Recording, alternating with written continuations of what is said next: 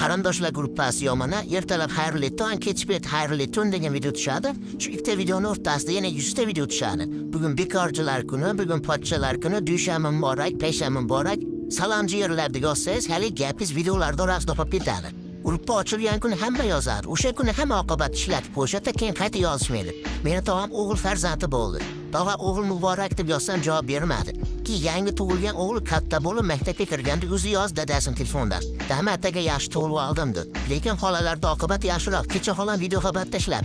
O'tsam xolamning gapiga tushunib bo'lmaydi. Chunki orqa fonda ikkita o'g'il bir-birini go'shlayapti. Keyin bolalarini ovoz tinib qoldi. Menimcha akasi ukasi o'dida ayam yig'laganini eshitib qolmasin, ukasining og'zini qo'li bilan yopdi va og'ziga bolish tiqvardi.